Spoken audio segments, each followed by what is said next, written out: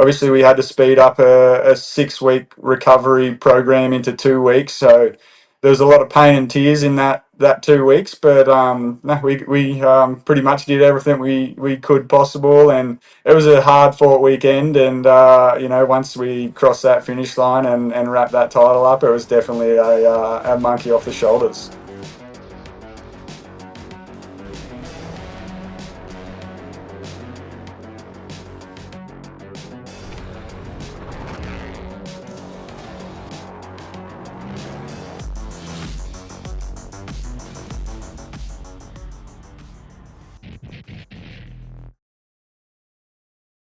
This is the KTM Summer Grill. I'm Andrew Van Leeuwen, joined by Stefan Bartholomaeus and one of KTM's two-wheeled superstars, a multiple Australian off-road champion who this year added to his list of crowns in less than straightforward circumstances, Daniel Milner. Thanks for joining us. You've moved back to Australia this year. You've won an Australian off-road championship. You managed to injure yourself twice along the way. What a year. Yeah, first of all, thanks for having us on here. And yeah, it was an interesting year. You can put put it that way. The past 2 years I was over in Europe racing the World Championship, and we came back home and done a little different to what I'd been doing at the previous years. The KTM team here, we were all in house, so we were dealing with the factory up at Preston's there, and it was kind of we were spoiled. Let's just put it that way. We would just show up and go racing and not have to worry about anything else other than training and racing. We're now I'm a team manager and a rider. I've got a young fella, a Kiwi guy, Tom Buxton, who rides underneath me, and then obviously myself and trying to organise everything. It's a little bit different, a little bit more stressful, I guess, but they say that the older you get, the more stress you put on yourself. But no, it's been good. Obviously, this year for me was a bit of a standout, having the team and also being able to win the title as well, the AORC title, which it was my fifth AORC title here in Australia, and it was definitely a special one that was matching the record of Toby Price. So it was definitely a good year, and apart from the injuries that I had, that definitely set it back a little bit and made it little bit more difficult to train and just pretty much rehabbing to make sure that we were ready to go racing. Yeah, I was going to say, you said you had it easy. You broke your collarbone earlier the season. You dislocated your shoulder, I think, right before the last round. Like, that doesn't sound like having it easy. Talk a bit about the recovery from those injuries. Like, how do you get back on the bike and be so competitive with what are very serious injuries? Lucky enough, I have a really good program with training. I work actually with a lot of the motocross boys. Ross Beaton runs a training program down Gippsland way. So I go down there, and over summer we had to put the hard yards in and do a really good preseason, which we did. That kind of got me up to scratch, and then it started kind of going downhill from there. We had my first injury. I think that was like maybe April, where I broke my collarbone. And to as bad as it sounds, it wasn't that big of a deal because I had a plate in my collarbone where it just snapped at the end of that plate. So I flew up to Dr. Steve Andrews, who's up in Brisbane. He just took that plate out, put a longer one across, and we were back racing in 3 weeks. We had another national that we had to do. So that was probably the easy injury, I guess you could say. I was off the bike for maybe 1 week there. But then the second one was the bad one. That was it was the second last round of our AORC championship, and just got flicked off the bike and kind of come down on the shoulder, same shoulder, unfortunately. But yeah, come down on that quite hard, and it snapped the front out of my glenoid socket, which is the socket that holds your arm in there. So instantly when I got up and kept trying to ride, the shoulder kept popping out. And then once we knew that was happening, we knew that it wasn't a good thing. And unfortunately that day we could have wrapped up the championship and not had to worry about even showing up at the last two rounds. But, I just made it interesting for myself and everyone else. So there was surgery involved in that before the last round then? Like, what sort of race against time was it to be fit enough to go and win that title?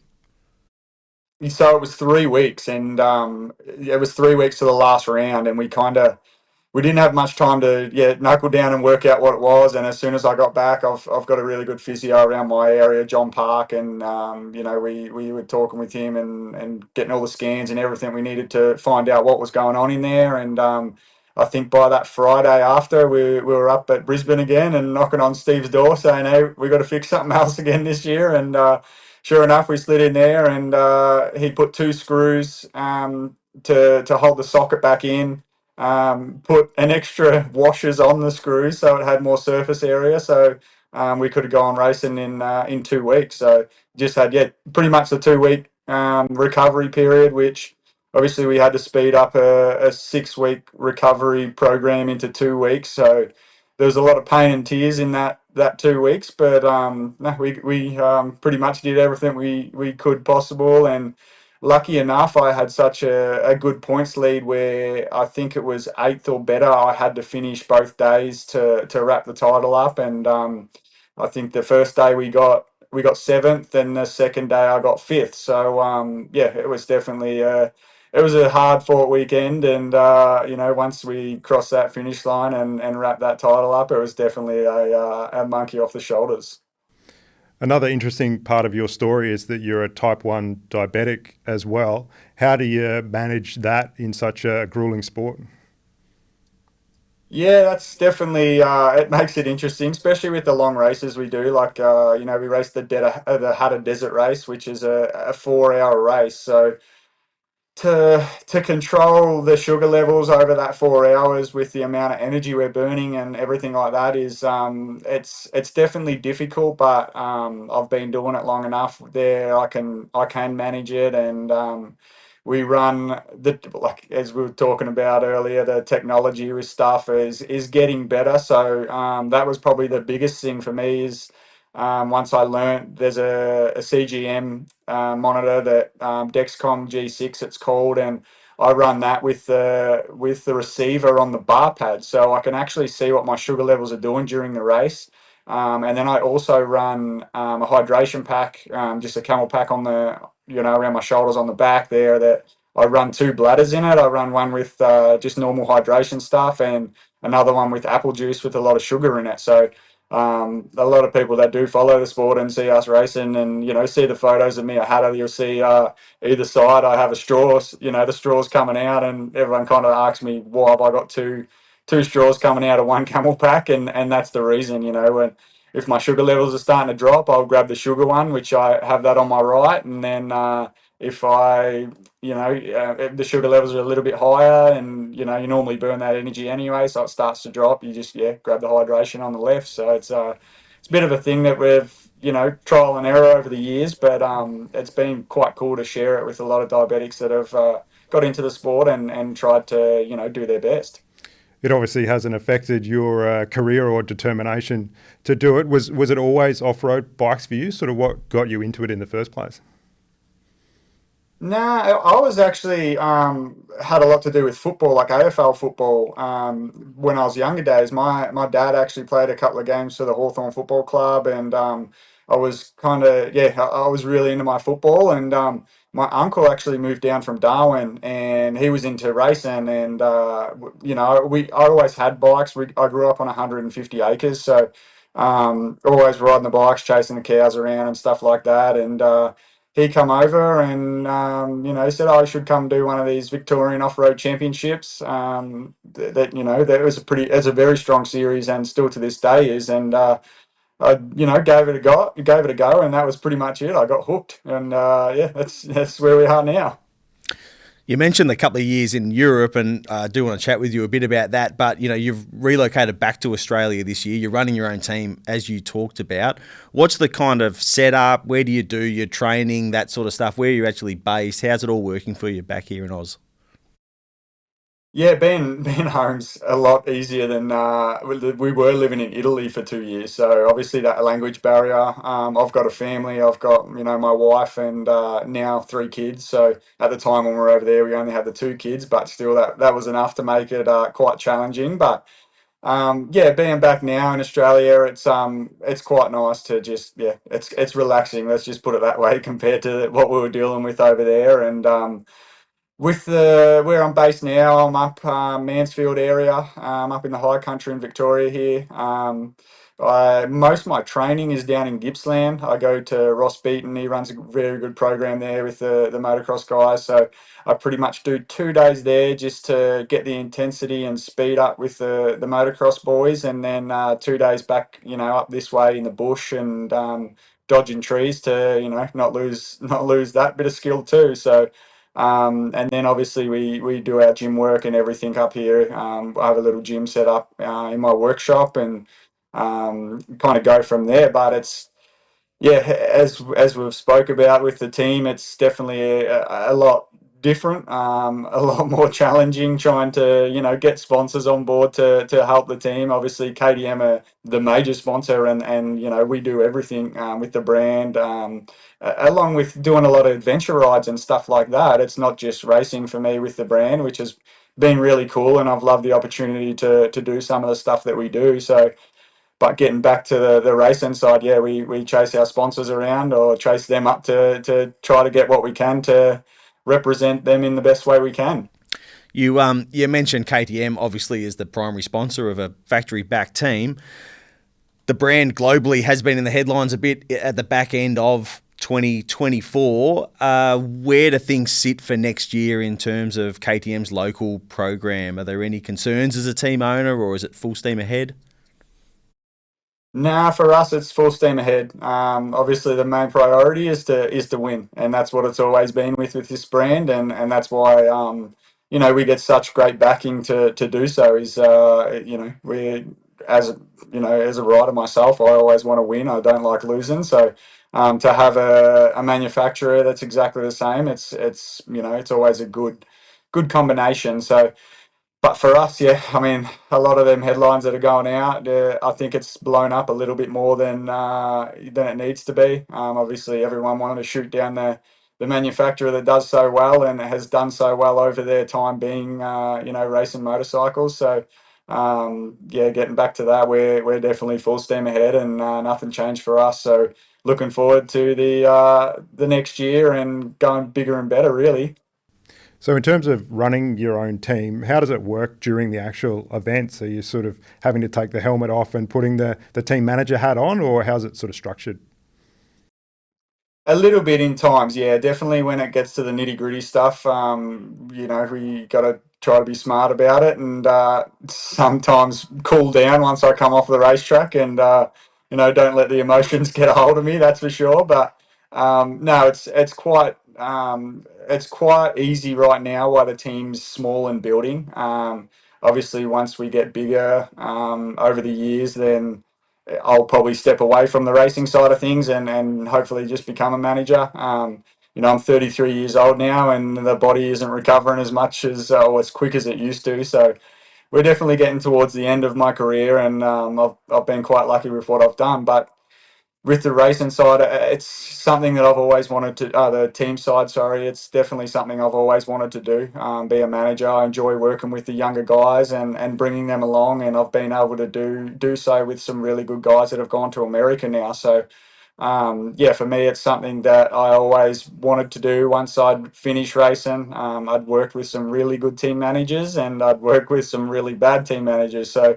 I kind of knew where I needed to be with it all, and was pretty much looking forward to doing this once I hung the boots up.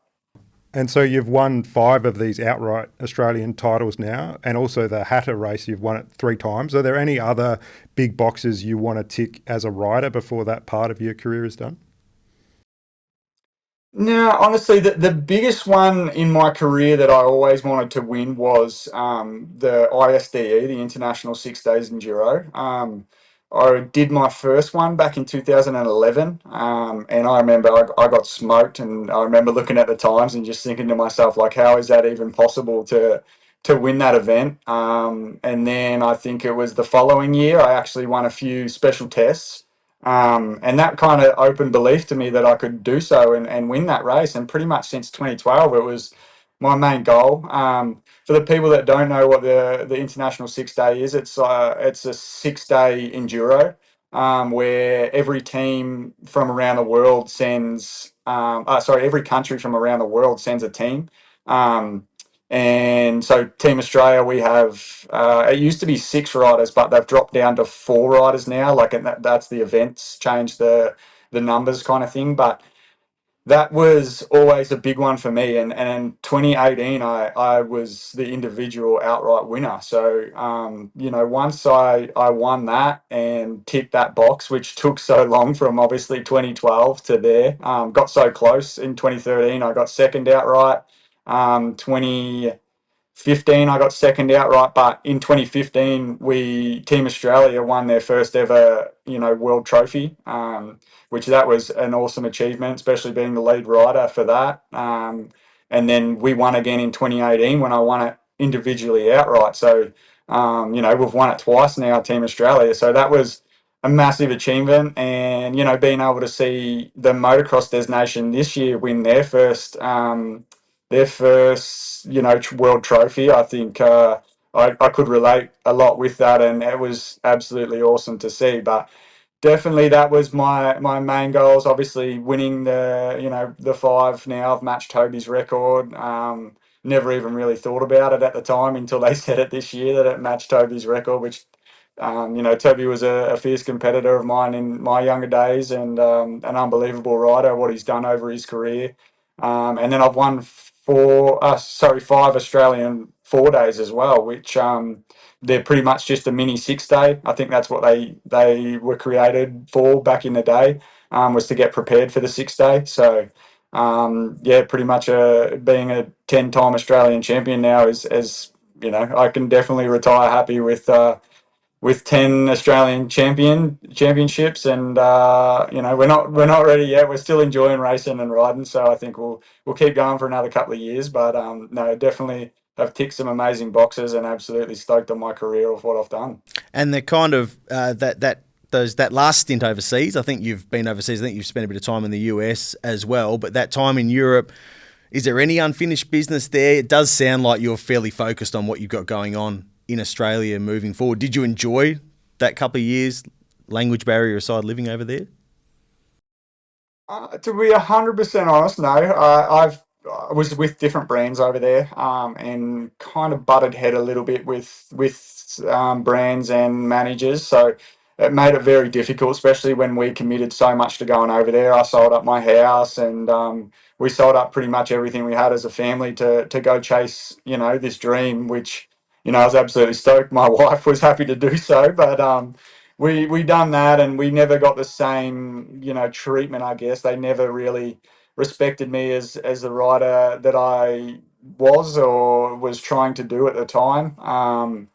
So yeah, there definitely is a bit of me that wants to go back over there. Not, I wouldn't say race the championship, but go to another 6-day and pretty much give everything I've got, and hopefully can kind of stick it up them a little bit. And but yeah, we'll see what happens. There's still a little bit of fire in me, that's for sure. But I look forward to, I think next year, if I get picked here in the Australian side, then that'll be my 10th ISDE, the 6-day. So if that can happen, if I'm up to speed to still do so, I think that will be pretty incredible, and I'll be doing everything I can to represent the brand I ride for, and Team Australia. Obviously, wearing that green and golds. Normally, it's a very impressive things to do, and it's something I know. Looking back to, if I kept chasing them dreams with the football, I would never have been able to do.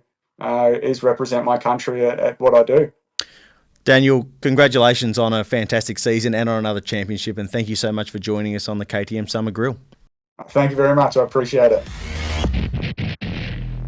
Thanks for tuning in to the KTM Summer Grill. With each episode, we are giving away one of these cool KTM goodie bags. Don't miss your chance to win. If you're watching via Speak Cafe, enter your details below. If you're watching on YouTube, the link is in the description.